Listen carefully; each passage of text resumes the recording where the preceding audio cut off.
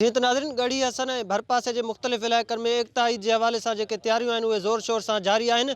अॼु बाहूकोसो शहर में शाह लतीफ़ एजुकेशनल अकेडमी पारां रंगारंगी सकाफ़ती प्रोग्राम मुनक़िद कियो वियो, जंहिंमें मौजूद मोअज़्ज़िज़ीन उस्तादनि ऐं शागिर्दनि सां ॻाल्हि ॿोल्हि था करियूं। वधीक उन्हनि जो छा चवणु आहे, उहे सकाफ़ती ईद जेके आहे उहे कहिड़े नमूने सां मल्हाईंदा। तो मां मुबारकबाद पेश कयां थो जेकब न्यूज़ वारनि खे, जंहिं असांजे हिन ज़िले जेकाबाद में सभ खां पहिरें सैटेलाइट चैनल पंहिंजो ॾिनो आहे असांखे।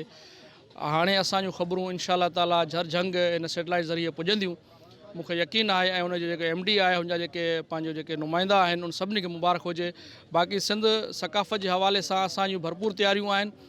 इहो असीं पूरी दुनिया के हिन चैनल ज़रिए पंहिंजो पैगाम ॾियणु चाहियूं था त सिंध जा ॿेट, सिंध जो जेको इंच आहे उहो असांजी मिल्कियत आहे, हमेशह रहंदा इंशाअल्लाह ताला। असांजो 6 डिसंबर जे हिसाब सां जेको प्रोग्राम तव्हां ॾिठो शाह लतीफ़ अकेडमी तरफ़ां अहिड़ियो हर हिकु स्कूलनि में, हर हिकु वली पंहिंजो इलाइक़नि में असांजा प्रोग्राम हलनि था। इंशाअल्लाह ताला असां इनखे तमामु बहितर खां बहितर मल्हाईंदासीं।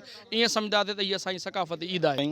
जीअं त अॼु उस्ताद यासीन तबसर साहब जेको सकाफ़ती प्रोग्राम तालीमी जेको मल्हायो आयो, इन में असां वधि में वधि उस्ताद सां जेको असांजो तावन कयोसीं, आईंदा बि कंदा रहंदासीं। जेके प्रोग्राम इहे थींदा रहंदा आहिनि, ऐं असांजे वालिदैन खे बि इहो गुज़ारिश कयूं था त इन में शिरकत कयो ऐं उस्ताद सां वधि में वधि तावन कयो, जीअं उस्ताद अहिड़ा प्रोग्राम कंदो रहे।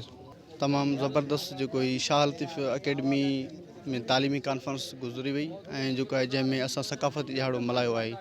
जीअं त असीं हिकु सिंधी आहियूं, पहिरीं ॻाल्हि त सिंध में जेके सिंधी रहंदड़ आहिनि उहे पंहिंजी सकाफ़त खे, पंहिंजी तहज़ीब खे, पंहिंजे तमदन खे हर साल जीअं मल्हाईंदा रहंदा। ऐं असीं अॼु हिन ॾिहाड़े खे पंहिंजो ईद जो ॾिहाड़ो मल्हाए रहिया आहियूं।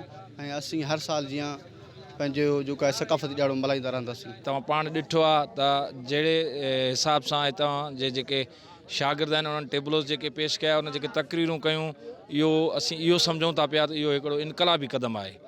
सिंध जी 5000 साल पुराणी तहज़ीब आहे, मुंहनि जो दड़ो असां वटि आहे, शाह लतीफ़ जा वारस असां आहियूं, शाह सचल सामी सभु असां वटि ई आहिनि।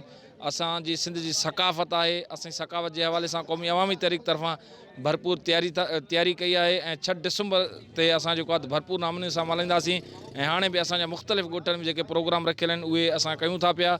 ऐं असां इहो वचन था कयूं त सिंध धरतीअ ते कॾहिं बि मेरी अख सां जेको बि माण्हू ॾिसंदो असां उन जूं अखूं कढी छॾींदासीं। जी नाज़रीन, अमी इन प्रोग्राम में मौजूद मोअज़्ज़िज़ीन स्कूल इंतज़ामिया उस्तादनि जूं ॻाल्हियूं ॿुधियूं। उन्हनि जो चवणु हो त 6 डिसंबर जेके आहे त असां सकाफ़ती ॾिहाड़े खे जेके आहे क़ौमी ईद जीअं मल्हाईंदासीं। ऐं उन्हनि चयो त 6 डिसंबर जे हवाले सां असांजूं तैयारियूं उरूज ते आहिनि। कैमरा टीम सां गॾु अब्दुल गनी खोसो, जेकब न्यूज़, गढ़ी हसन।